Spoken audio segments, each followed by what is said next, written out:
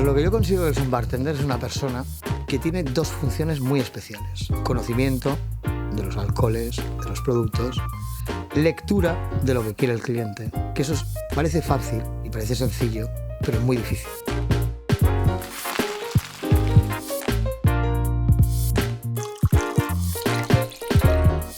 Un bartender, un barman, un mixologist. Es el prescriptor de buenas bebidas en un bar. Un buen barman debe tener la técnica, debe conocer las recetas del mundo del cóctel.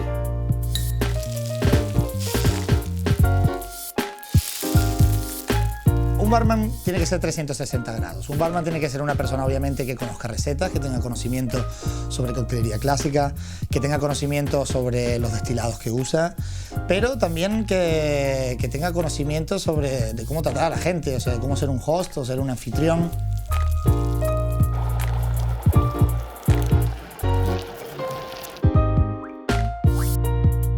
Sobre todo creo que es primordial, ¿no? que el bartender sea muy empático, se haga con el cliente, entienda el momento del cliente, de que vengo con una pareja y quiero estar tranquilo, o quiero hablar con la barra porque vengo solo, o venimos en grupo y queremos algo de show.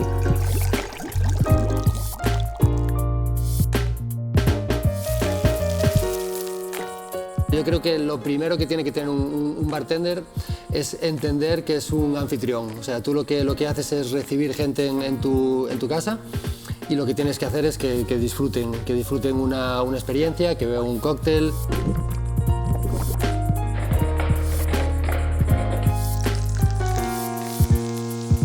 Bueno, a mí me gusta una definición amplia de bartender. Para mí un bartender es una persona que trabaja profesionalmente vendiendo bebidas en un bar. Después hay distintos tipos de bares y distintos tipos de bartenders. Hay bartenders con más conocimiento, bartenders que recién están comenzando.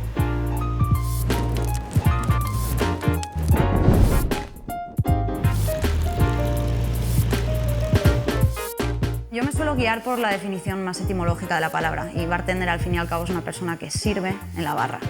Y yo me atengo a esa definición, que es una persona que está detrás de la barra y sirve a aquel que le pida el servicio.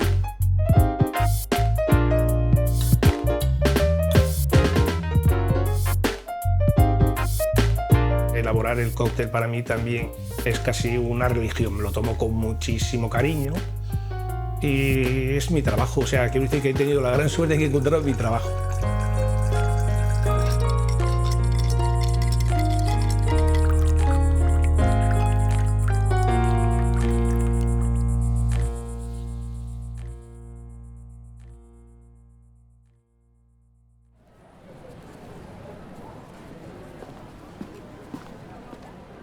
Un barman es una persona muy completa. Se nos exige hablar idiomas, se nos exige conocer nuestros productos, se nos exige ser versátiles, se nos exige tener una conversación agradable, se nos exigen muchas cosas. Y entonces un barman es la persona que es un anfitrión del bar. Lo que buscamos es que el cliente salga contento, salga satisfecho y quiera volver otro día. El protagonista no debe ser el barman. Que él, mientras ha pedido ese cóctel y esa bebida, esté a gusto en el sitio. La interacción con el cliente yo creo que es una cosa vital, y que también hay que entender según en qué lugar estás y qué tipo de interacción, ¿no? Yo recuerdo cuando empecé a trabajar que me decían, tú antes del trabajo lo primero que tienes que hacer es leerte el periódico, saber si hay una obra de teatro, saber qué ocurre en tu ciudad. Mi padre siempre decía una cosa, dice, y un buen barman además sabe hacer cócteles. Lo más importante para mí de un bar es la diferencia entre cómo te sientes cuando entras y cómo te sientes cuando sales. Entramos en miles de bares en nuestra vida Y si hay, creo que si hay hospitalidad genuina es cuando alguien lo recuerda y vuelve. Lo primero que tenemos que tener siempre en cuenta, yo creo que cuando recibimos a alguien en nuestros locales o cuando intentamos crear una receta o crear algo, es ponernos en la persona de que lo va a consumir. La lectura que tenga un barman sobre lo que les pide el cliente es quizá el argumento más importante de un barman. Hay cliente que sí que quiere que tú le preguntes qué tal y cómo está y quiere hablar contigo, y hay otro cliente que no. Interactuar con el cliente para no someterlo a un interrogatorio y que le da la conversación que el cliente quiere.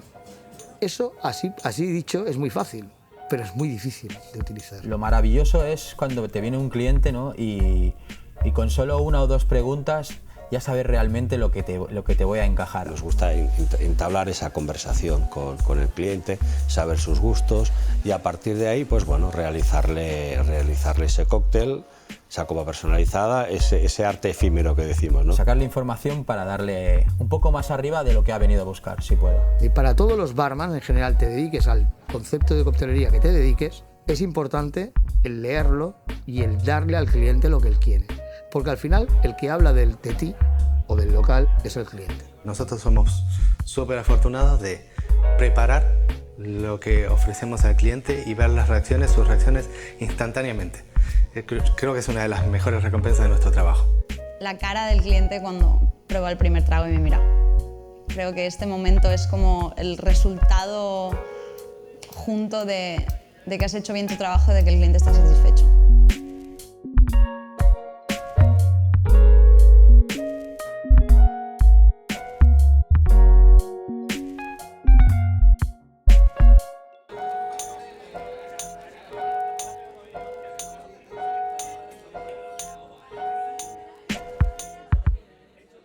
La coctelería moderna, pues los primeros años sería sobre 1862, donde salió el primer manual, el primer tratado con recetas de coctelería, que lo hizo Jerry Thomas, el famoso profesor. Dice la leyenda que llegó a cobrar tanto como el vicepresidente de los Estados Unidos. Aparte que ha hecho grandes cosas por la coctelería, ¿no? Hizo uno de los primeros libros que ha salido en el mundo y uno de sus cócteles más famosos, que a día de hoy todavía se está trabajando y eso me parece impresionante, que es el Tom Collins. Para mí una leyenda de la coctelería es Harry Johnson. Tal vez escribió el primer manual de cómo trabajar en un bar. Consideraba desde cómo diseñar la barra, cómo tratar el hielo, cómo tenía que ser la relación entre aprendiz, bartender, dueño del local. Me parece la primera persona que se dedicó al cómo y no tanto al qué. En esa época había un cóctel muy famoso que ha perdurado hasta nuestros días, que es el Mint Julep. Otro cóctel que también era el Blue Bracer. También nos explican que en esa época había pues, el predecesor del Dry Martini, que sería el Martínez. Que para mí es el rey de los aperitivos, que fue sin duda el padre del Dry Martini. Pero realmente podemos decir que no es hasta la época que empieza la ley seca donde podemos decir que el cóctel se vuelve moderno, que el cóctel se vuelve popular.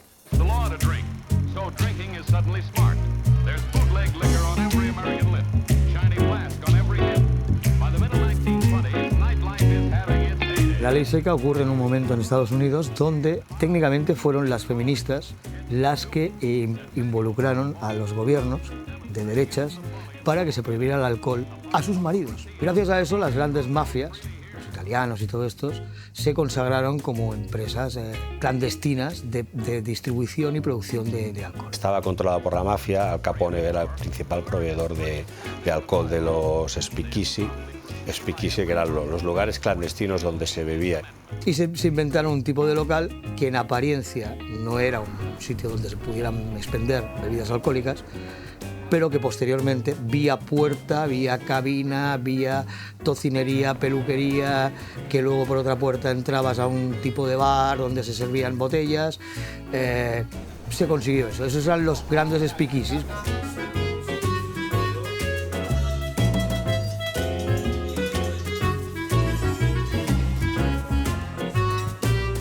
¿Qué pasaba allí dentro? Pues que resulta que ese tipo de alcohol, como era de contrabando, muchas veces falsificado, no era de gran calidad, entonces los barmans tuvieron que agudizar su ingenio, ¿no? Y su creatividad. Que la creatividad nace del estrés, ¿no? del vacío, del no saber por dónde salir, cuando estás totalmente colapsado. Creo que la ley seca, al prohibir toda la bebida, empezaron a buscar un poco empezaron a ser creativos, ¿no? Y a buscar frutas para crear zumos, para hacer siropes y empezar a hacer amargos y bitters. Y también para despistar un poco si había un control de policía, parecía que estuviera tomando un refresco, o incluso se ponían taza de café, parecía que estuviera tomándote un café, y poco a poco, gracias a esos bares clandestinos, es cuando el cóctel realmente tuvo un poco más de auge, empezaron a consumirse bastante más.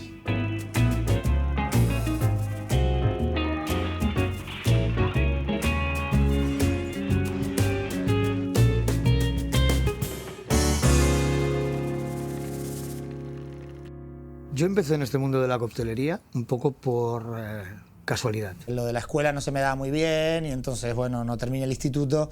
Y entonces empecé a trabajar en un bar por necesidad, porque tenía que hacer algo. Y entonces, muy a regañadientes de mi madre, entré a trabajar en un local que se hacían banquetes. Empecé lavando platos y copas en un catering, en el cual me tiré hasta 9 años durante mi proceso de estudio. Y me metieron en una barra. De verdad que yo no pedí entrar en una barra, ni en aquel momento me ilusionaba la coctelería, ni entendía qué era la coctelería. Y enseguida me encantó el tema de la gente, o sea, de aquella interacción con el público, de los clientes regulares. Y lo que iba a ser un trabajo de verano, pues se convirtió en un trabajo de todo el año.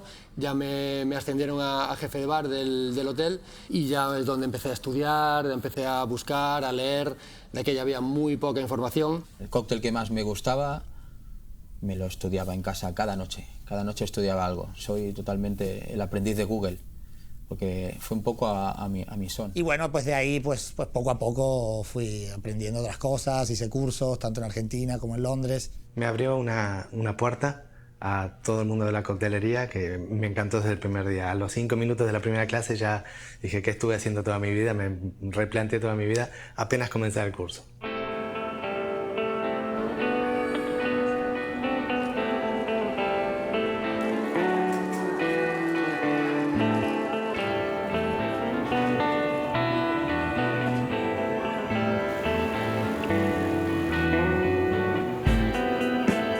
Barcelona es la capital del sur de Europa del mundo del cóctel. Y ha sido una realidad porque durante muchísimos años había más coctelerías en proporción en Barcelona que en París o en Londres.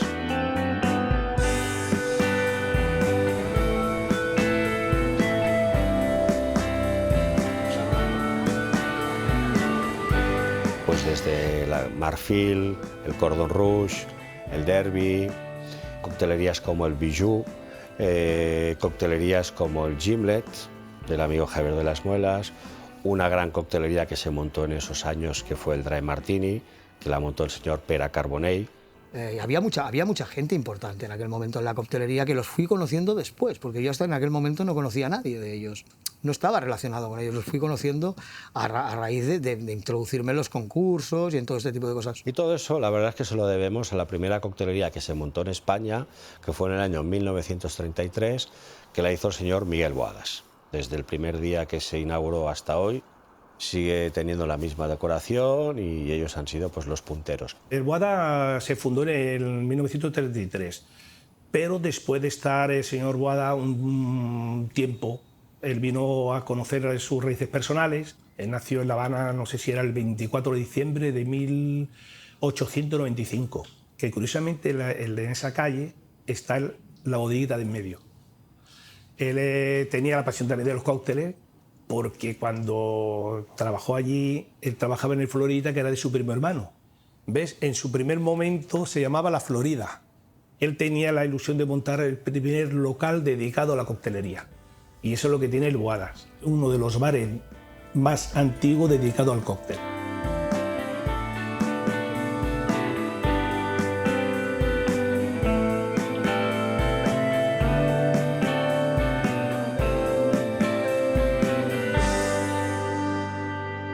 La historia del Ideal Cocktail Bar empieza en 1931 Empieza con mi abuelo. Era un bar de, bueno, un bar de esquina, un bar de barrio, con su terracita afuera, con su gente jugando al dominó, con su cafetera.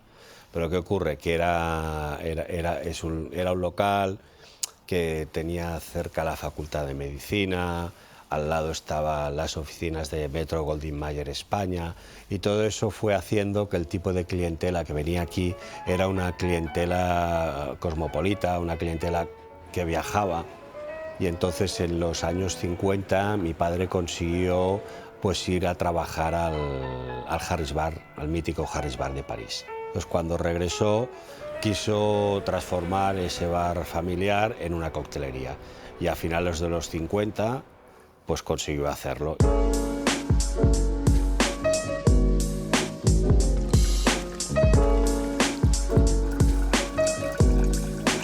La coctelería clásica es de donde venimos y es súper importante para saber hacia dónde vamos. Es aquella coctelería que se preocupa de mantener las formulaciones que ya llevan 100 años para que no se pierdan. Somos transmisores de una cultura al mismo tiempo que tenemos recursos para poder ampliar. Pero sí es verdad que como ley natural el cóctel va evolucionando, evoluciona, pero yo personalmente soy de los que siempre quiero que lo clásico esté ahí. Un cóctel puede tener aplicaciones de técnicas nuevas, de que si humos, que si esferificaciones, todo eso está hoy en día permitido. Lo que pasa es que desde mi punto de vista menos es más. Cualquier barman del mundo mundial, se llame como se llame, trabaje donde trabaje, tiene la obligación de perfeccionar un Manhattan, de perfeccionar un Dry Martini, de perfeccionar un Daiquiri, de perfeccionar un mojito, perfeccionar, no variar. Yo creo que es muy importante saber de dónde venimos, ¿no? ¿Cuáles fueron los primeros bares? ¿En qué países? ¿Cómo la coctelería ha evolucionado? ¿Qué tipo de ingredientes se usaban antes? ¿Qué herramientas se usaban antes? Pues yo creo que si no entendemos lo que ha pasado antes, nunca podremos evolucionar.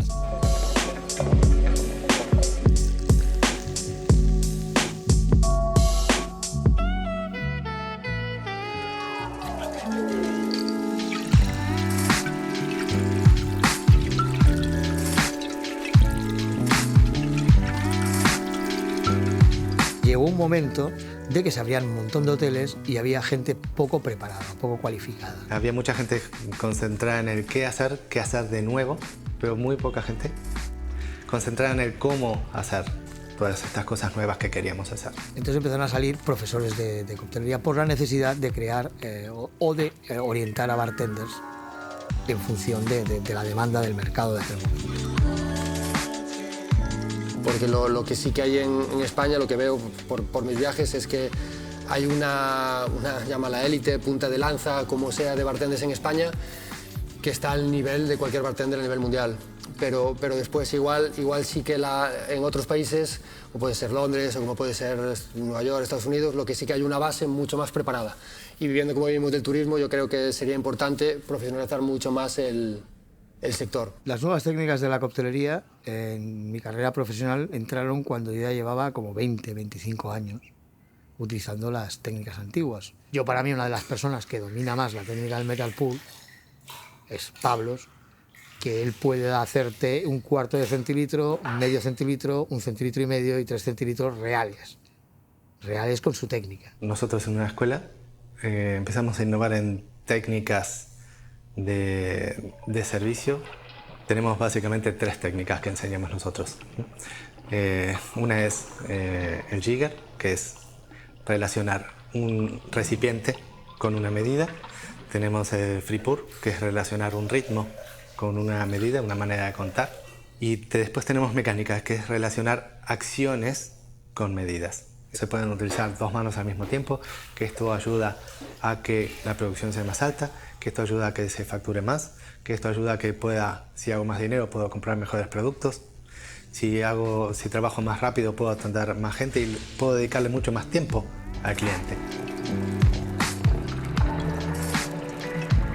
Simultáneamente al nacimiento de la escuela, comienza y se introduce en Barcelona un nuevo concepto que venía de Londres, el Eclipse, que está en el W Barcelona, que fue el primer local en introducir el concepto de rutinas de trabajo. La innovación de esto es que hizo posible llevar una buena coctelería de calidad a grandes volúmenes de personas, donde había un ambiente de fiesta. Cuando llegué a Barcelona, sobre todo en el año 2004, la cultura de coctelería en ese momento era bastante distinta a lo que hay ahora. Ahora la verdad se ha desarrollado bastante. Había sitios en los que la coctelería estaba muy bien, pero me aburría. Y había otros sitios donde la pasaba bien y me divertía, pero no había buena coctelería. Digamos, las dos cosas juntas eran un poco difíciles. El Eclipse fue un gran aporte para el cambio de mentalidad de la coctelería en Barcelona. Gracias a Michele Calvaresi, que en ese momento era assistant manager, donde comenzamos a entrenarlos para que sean un poco más precisos en el free pour y sobre todo evitar lesiones.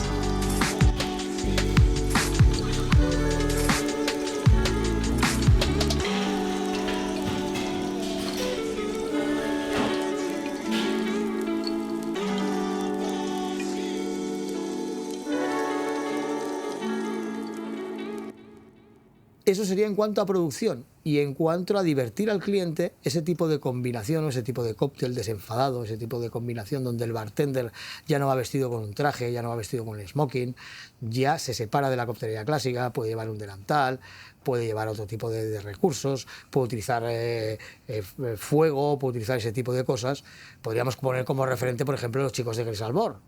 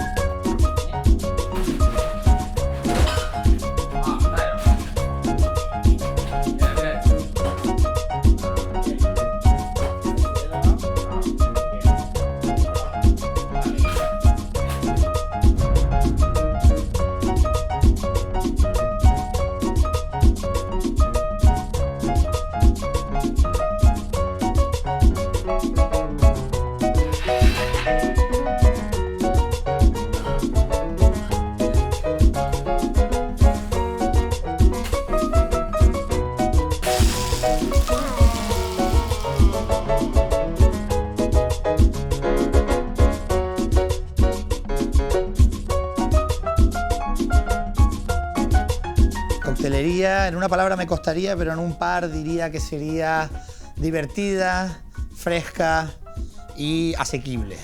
¿Sí? Y cuando me refiero a asequible, no me refiero tanto al precio, sino a la facilidad de tomarla. Un barman ha de ser camaleónico. Y cuando digo camaleónico es que depende del lugar donde trabaje, tiene que adaptarse a las exigencias del público que tiene.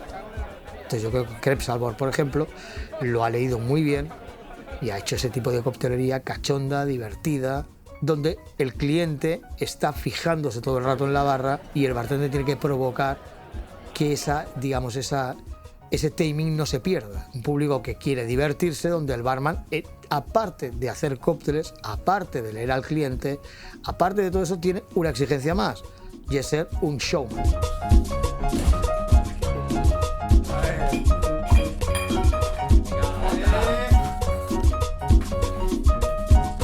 Nosotros siempre hemos trabajado mucho el tema de las frutas frescas, bases sours, hacerla divertida, siempre poniendo nombres con gancho, que te hagan recordar alguna cosa, pero siempre tratando de no ser pretenciosos, buscando obviamente siempre dar algo más, algo nuevo, o algún ingrediente extraño o alguna técnica nueva, pero con los pies bastante en la tierra, o sea, que la gente lo pudiera entender. En el 2015 ganamos en FIBAR, Mejor Coctelería de España, y esto la verdad que fue una cosa espectacular, ¿no? Un momento muy, muy bonito, que yo creo que sí es verdad que fuimos un poquito los primeros en hacer las cosas divertidas. Yo creo que esa fue nuestra clave, y la lectura a abrir puertas para muchas otra gente, ¿no? que pueda hacer esa cosa, una coctelería un poquito más joven.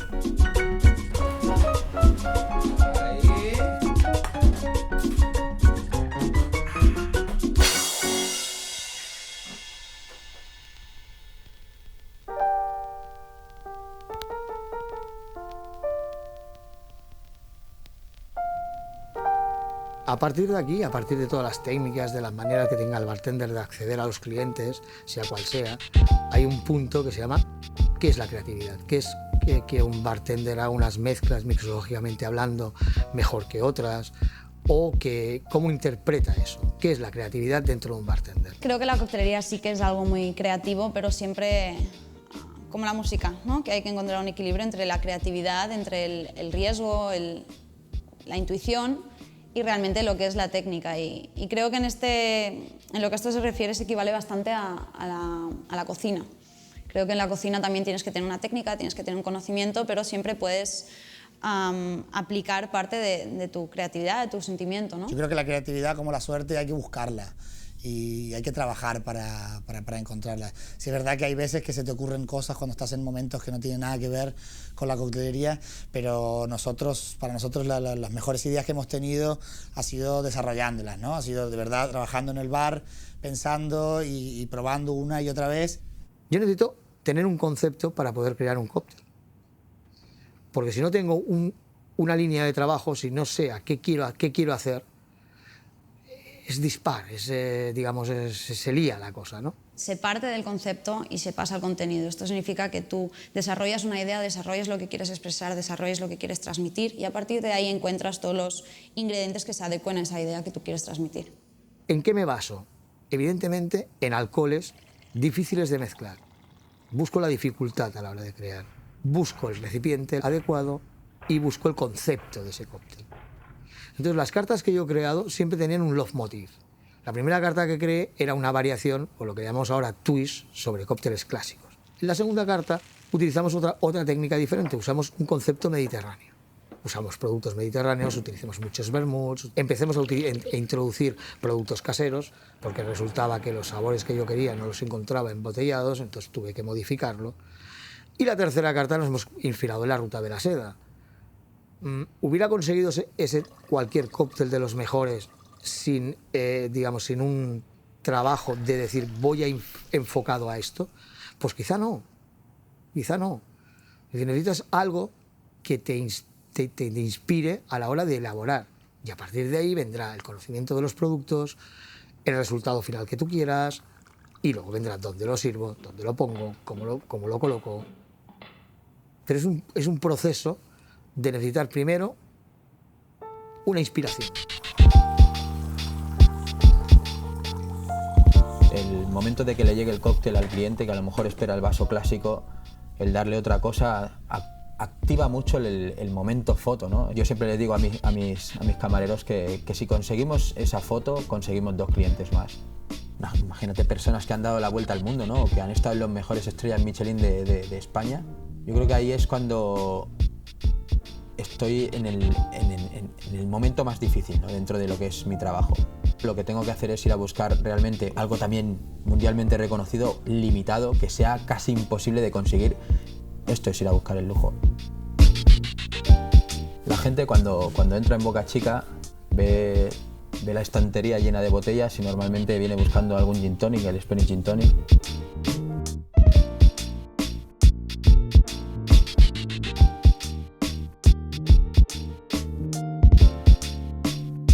Lo que solemos intentar sorprenderle es dándole un gin tonic que tenemos con el que mi compañero Alfonso ganó el Campeonato de España en 2014.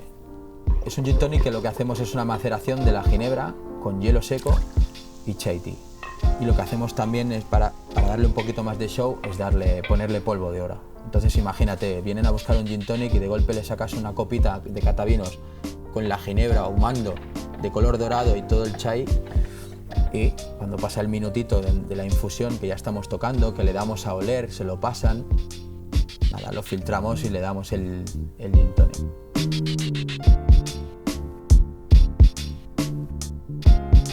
Todos los cócteles que tengo con más show son los que representan como una ciudad, ¿no? Al final mi carta está compuesta de un viaje, ¿no? Yo le llamo transportation ticket, ¿no? A esta carta.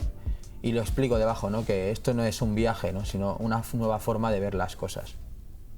El cóctel Tokio representa pues la pura Japón, la pura Tokio, digo yo.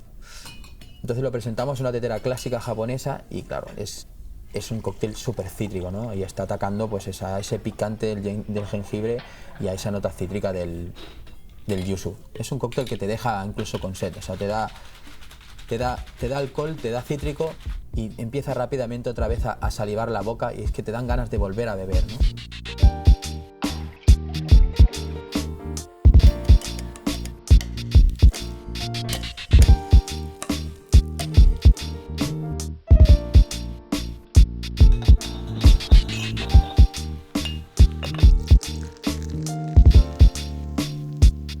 Yo hablo de la sensación eléctrica, la gente normalmente, bueno, te puede cuestionar de mil maneras, ¿no? Porque es un chupito que con el que no te doy a probar un sabor, te doy a probar una sensación. Lo que hacemos es trabajar un tequila con una infusión de una flor típica de Brasil, pero lo que te hace es una sensación como de cuando está volviéndote la anestesia, ¿no? Y entonces vas notando como los labios y la lengua están jugando, ¿no? Están jugando y no paran. Esto es un poco lo que te doy a probar.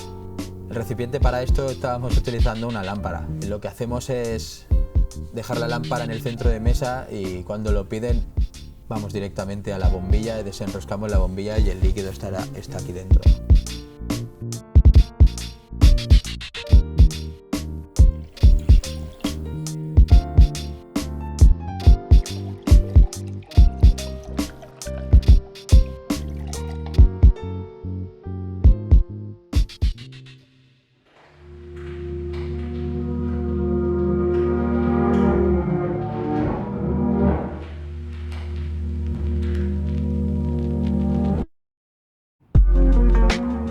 En toda esta historia de la coctelería llegamos al momento en que las mujeres o las chicas empiezan a entrar dentro de este mundo de la coctelería. Abrió las puertas María de los Boadas, dentro de Boadas, que para la época y el momento donde ella entró era como algo muy difícil de entender. Pensar que, por ejemplo, locales como el Dry Martini o locales emblemáticos de Barcelona no han adoptado mujeres o no han entrado en plantilla mujeres hasta hace bien poco. Lo que pasa es que el local de cócteles era un local donde siempre estaba pensado el hombre. ¿Bien? De repente, a los locales de cócteles empiezan a entrar chicas a beber, clientas, ¿bien? Entonces hay la necesidad de que entren bartenders también. Bueno, creo que el auge femenino en la coctelería creo que es básicamente un reflejo del auge femenino general. Bartenders clásicas, muy clásicas, como Yanaida Prado, bartenders con una estructura de servicio marcadísima. Mixológicamente hablando, tenemos a 3 o 4 personas más que funcionarían en ese nivel. María Jesús González, y Omar Elvira. Hay una serie de gente que son relevantes en el mundo de la coctelería y cada una tiene su función y su manera de hacerlo.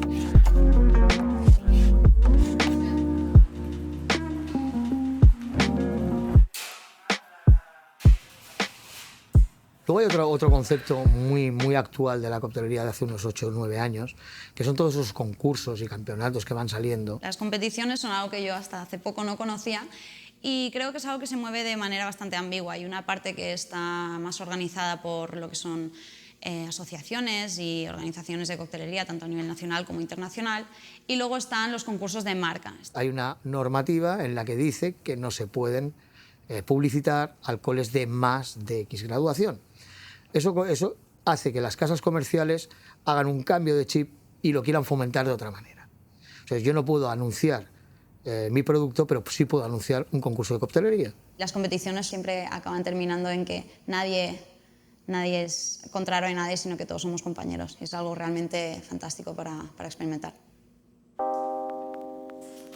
En muchas competiciones, cuando se hace el cóctel, también se pide que se haga un speech, es decir, que se explique qué es lo que nos ha inspirado a hacer ese cóctel.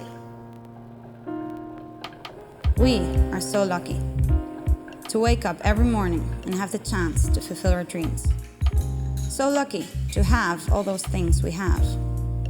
And yet, we're always focusing on those things that we don't. So now, I will only use those ingredients that I already have. In the way that I will only use those products that are offered to me by the Spanish gastronomic culture I grew up with. With this cocktail, I'm underlining the importance of valuing all those things we have and through them, follow our ambitions. Because we are so lucky to breathe, to walk, to see, to feel. We are so lucky to be alive. And yet, each and one of us sometimes wakes up and feels so miserable. And every time I have one of those days, there's this one thing that gets me up and reminds me who I am. There's one thing that invites us to follow our dreams. And that is art, in all its forms. In painting, and sculpture, and theater, and cinema, and poetry, and music. And for me, in my life, there's no bigger art than the art of distillery, the art of cocktails, the art of mixing, the art of flavors, the art of feeling, the art of giving true flavor and experience to someone. That is the art of making cocktails. So today, appreciate all those things that life gave you. Realize how fortunate you actually are. And whenever you forget that, whenever you forget the beauty of life, remember the undeniable beauty of art in any form you like, because art is life.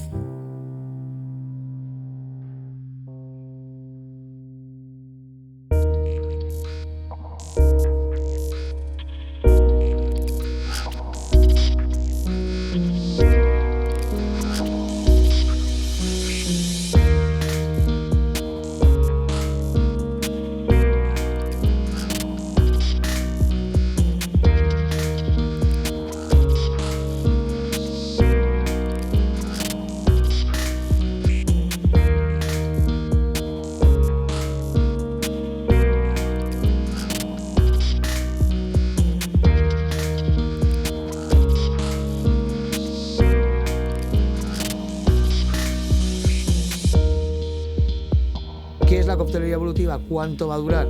Yo creo que la coctelería evolutiva está muy bien. Siempre te puede aportar algo más a la coctelería normal. Nos abrió las puertas el señor Ferran Adrià y con una serie de productos que los diseñó él, nos ha dado la opción de poder solidificar, de poder cambiar de temperaturas, de poder mantener el gas en una gelatina, de poder hacer muchas cosas. Eso nos abre otra puerta más del mercado. Por ejemplo, Javier Caballero lo lleva muy bien todo esto. Javier Caballero hace un gin tonic que es una virguería, hace una serie de cócteles que es una virguería, pero como Javier Caballero no hay muchos. Yo soy una evolución de 19 años de carrera, que en este momento conocí estas técnicas y las estoy aplicando para compensar estas otras. Entonces yo creo que la coctelería evolutiva es un poco eso. Es una mezcla de técnicas clásicas con técnicas modernas, que hay un equilibrio entre las dos sin que ninguna predomine. Es mantener el ingrediente, mantener la receta, mantener la esencia del cóctel, pero utilizando la tecnología que hoy nos aporta, que yo creo que es un error no utilizarla. Es una tontería negarnos a eso. Tenemos máquinas como el rotavapor, puedes hacer tu propio licor de café, puedes hacer 1000 cosas que te van a dar la diferencia con los demás. Porque realmente cualquier bartender puede tener las mismas frutas que tiene el bar de al lado, puede tener las mismas herramientas, puede hasta pasar el mismo cliente, pero la diferencia de uno al otro es cómo aplicas esas cosas. Entonces yo creo que es muy importante también conocernos y tener bien claro lo que queremos transmitir para marcar esos puntos diferenciadores y encontrar ese punto de valor diferente. Para mí el gin tonic texturas fue un poco un punto de inflexión en mi carrera, marcó bastante marcado. Con el tiempo lo que se me ocurrió fue eso, pues hacer una evolución del gin tonic, generar un gin tonic en texturas, que era lo que en ese momento más estaba trabajando. Bueno, el concepto original era una gelatina de ginebra, un caviar de tónica y un aire de lima. Pero a nivel organoléptico, como sabéis que un gin tonic tiene más parte de tónica que de ginebra, entonces lo que tiene la ginebra para que el balance cuando lo pruebes esté bueno, lo que tiene es la ginebra, la gelatina también tiene un poco de azúcar, un poco de tónica y un poco de agua, y después el caviar sí que es tónica 100%, y después tenemos un aire que viene a ser, para mí es como una evolución de las espumas, que es una textura muy etérea, o sea, como un puntito jabonoso, que realmente es muy interesante en boca. Y la otra textura también es muy llamativa, la verdad es que a la gente le gusta mucho, que son los caviares. Y los caviares no deja de ser una reacción que es pues, muy sencilla de hacer, que es poner en contacto alginato y calcio. Tú en el momento que pones en contacto un producto que tiene alginato, que en este caso es el caviar, con otro que tiene calcio, que en este caso es el vaso con agua que tenemos, agua con calcio, al ponerse en contacto gelifica el producto que tiene alginato, en este caso la tónica. Y lo que generamos es una membrana gelatinosa de la misma tónica que poquito a poco se va haciendo cada vez más dura, hasta que más o menos a los 15 minutos tenemos una canica redonda de gelatina. pero yo era consciente de que a nivel aromático no tenía igual a nivel de sabor sí que podría llegar a haber conseguido el perfil, obviamente no tan fresco como un gin tonic, pero sí que se podría llegar a recordar, pero a nivel aromático no. Y 3 años más tarde conocí otra técnica que es el hielo seco. Y el hielo seco, aparte de aportar humo, aparte del show que crea, por la sublimación del CO2 somos capaces de arrastrar aromas. Entonces yo lo que hacía era, pues en el agua caliente que le pongo para que salga el humo, hago una infusión con un poquito de enebro, un puntito cítrico. Entonces todo el humo que sale de gin tonic nos recuerda también un gin tonic.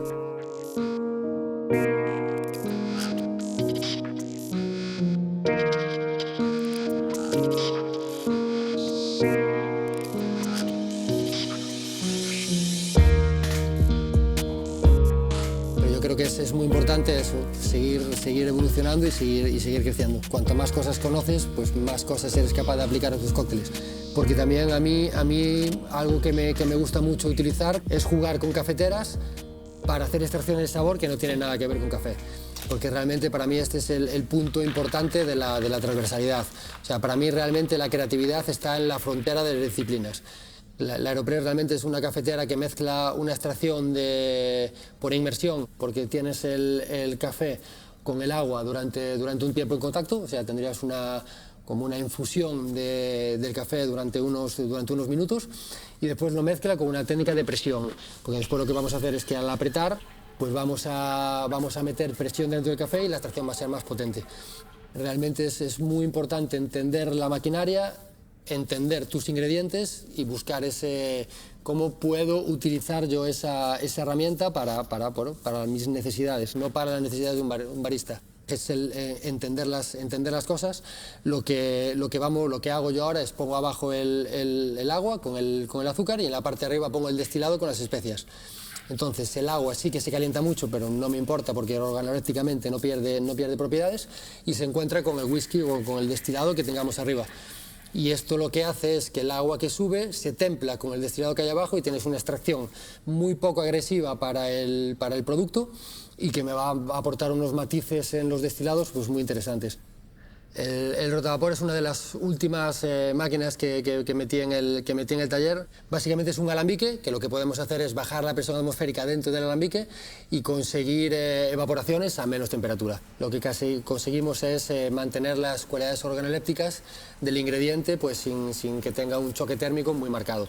Entonces es una herramienta que te permite dejar volar la imaginación y conseguir extracciones muy interesantes, conseguir 1000 matices, 1000 destilados de prácticamente lo que queramos con una precisión muy marcada y muy interesante.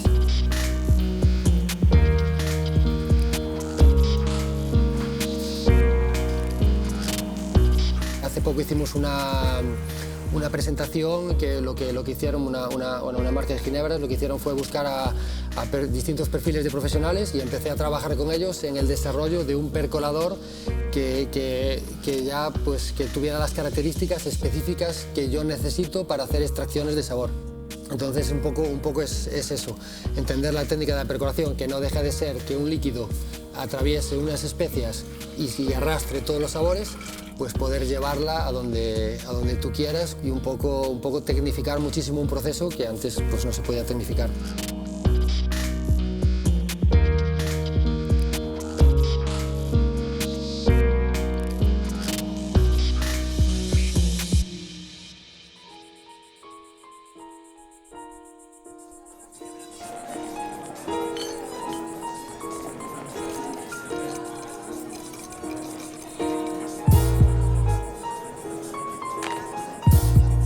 Y otra cosa que recuerdo mucho y que al final nos ha ido muy bien a todos los barmans es el tema del gin tonic, ¿no? El cliente del gin tonic ahora es un cliente que es un posible cliente de cócteles, porque ha entrado en una tesitura o en una forma de beber donde es importante la canela o la manzana, o la hierba de albahaca o el romero.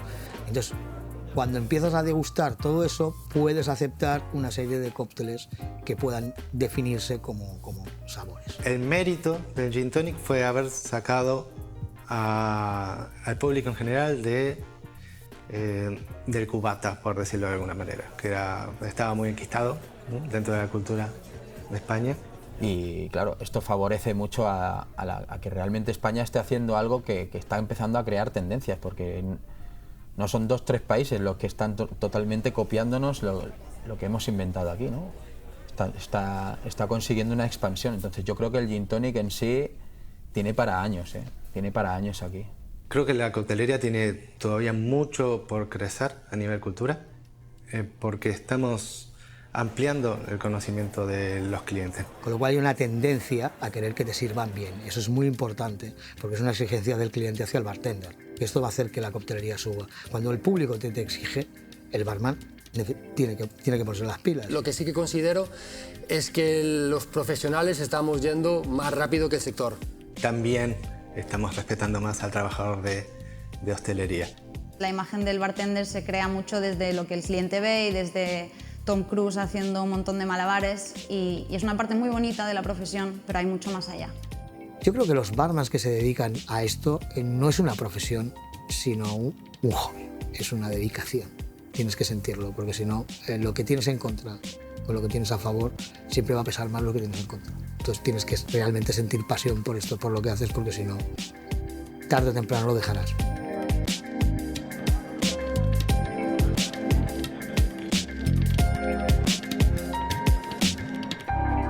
Es muy chulo haber pasado por todas las etapas que yo he pasado, porque de alguna manera te condicionan a no ser excesivamente loco a la hora de componer o a la hora de hacer. Hoy en día tenemos todas las posibilidades que queramos. Por eso hoy en día la coctelería es una vacilada. Vivimos un momento que es lo más bonito que se ha vivido en Barcelona, a este nivel de coctelería, lo más bonito. Ojalá de los cócteles de todos los barmans que conocemos hoy en día, 3 o 4 o 5 de los de Barcelona se quedasen dentro de 100 años. Es muy importante. Hoy en día la coctelería, quizá de toda mi vida de profesional, es el momento más bonito a nivel de bartender que se puede vivir actualmente como barman. Cada vez salimos más en los medios, cada vez salimos más en los periódicos, cada vez se nos hacen más entrevistas. ¿No estamos a la altura de los chefs? No, pero ya empezamos. Es así, es así.